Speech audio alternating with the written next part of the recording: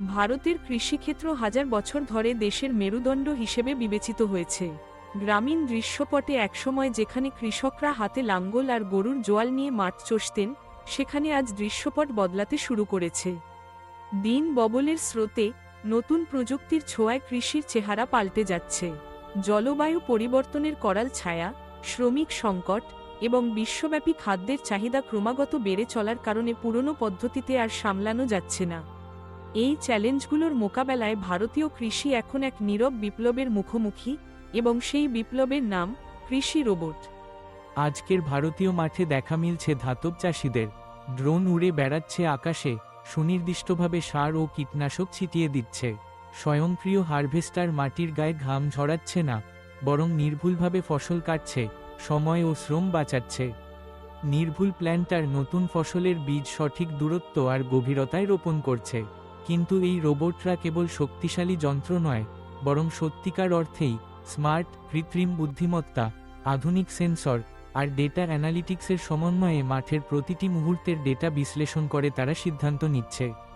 কখন জল দিতে হবে, কোথায় কীটনাশক লাগবে, কোন ফসল কতটা পাকা, সবই এখন প্রযুক্তির হাতে নিরাপদ। ভারতের বিভিন্ন অঞ্চলে এই প্রযুক্তির ব্যবহার ইতিমধ্যে কৃষকদের উৎপাদনশীলতা চোখে পড়ার মতো বাড়িয়ে দিয়েছে।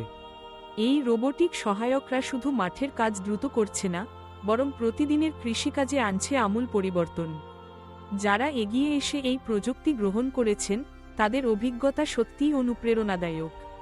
অনেক কৃষক বলছেন, আগে যেখানে 10 জন শ্রমিক লাগত, এখন সেখানে একটা স্বয়ংক্রিয় হারভেস্টারই যথেষ্ট। খরচ কমেছে, ফলন বেড়েছে, ড্রোনের সাহায্যে সঠিক পরিমাণে সার ওষুধ ছিটিয়ে গাছের স্বাস্থ্য ভালো রাখা যাচ্ছে, জমিতে অপচয় কমছে।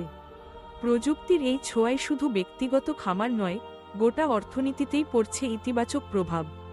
খাদ্য নিরাপত্তা বাড়ছে, ভারতীয় খাদ্যপণ্যের রপ্তানির সুযোগ তৈরি হচ্ছে। প্রযুক্তি খাতে নতুন কর্মসংস্থানও তৈরি হচ্ছে, যেখানে তরুণরা কৃষি প্রযুক্তি নিয়ে কাজ করতে উৎসাহী হচ্ছে। তবে চ্যালেঞ্জও রয়ে গেছে। রোবোটিক কৃষিতে শুরুর বিনিয়োগ তুলনামূলক বেশি, ডিজিটাল সাক্ষরতার অভাব এবং অবকাঠামোগত সীমাবদ্ধতা অনেক কৃষকের কাছেই বাধা হয়ে দাঁড়ায়। এসব সমাধানে এগিয়ে এসেছে ভারত সরকার। রোবোটিক কৃষি গ্রহণে ভর্তুকি, প্রশিক্ষণ কর্মসূচি ও প্রযুক্তি সহায়তা দিচ্ছে। পাশাপাশি দেশীয় স্টার্টআপ ও গবেষণা প্রতিষ্ঠানগুলো ভারতীয় কৃষকদের জন্য উপযোগী কৃষি রোবট তৈরি করছে, যাতে বিদেশি নির্ভরতা কমে এবং স্থানীয় সমস্যার উপযোগী সমাধান পাওয়া যায়। আগামী 5 থেকে 10 বছরে ভারতের চাষাবাদ কিভাবে বদলাবে? কল্পনা করুন, একটানা স্বয়ংক্রিয় খামার, যেখানে রোবট নিজেরাই জমি চাষ, বীজ রোপণ, পানি সেচ, ফসল কাটা সবকিছু করছে। উলম্ব কৃষিতে রোবটেরা ফসল তুলছে আকাশছোঁয়া টাওয়ারের ভেতর। প্রযুক্তির এমন অগ্রগতিতে ভারত শুধু খাদ্য উৎপাদনে স্বনির্ভর হবে না, বরং বৈশ্বিক নেতৃত্বের আসনে বসার সুযোগ পাবে। এই যাত্রার শেষে ফিরে তাকালে স্পষ্ট হয়, কৃষি রোবটের আগমনে ভারতীয় কৃষি এক নতুন রেনেসার পথে। প্রযুক্তির ছোঁয়ায় উৎপাদনশীলতা, দক্ষতা আর নিরাপত্তা বেড়েছে বহুগুণ। আজকের চাষি কেবল মাটির মানুষ নয়, সে প্রযুক্তির মানুষও।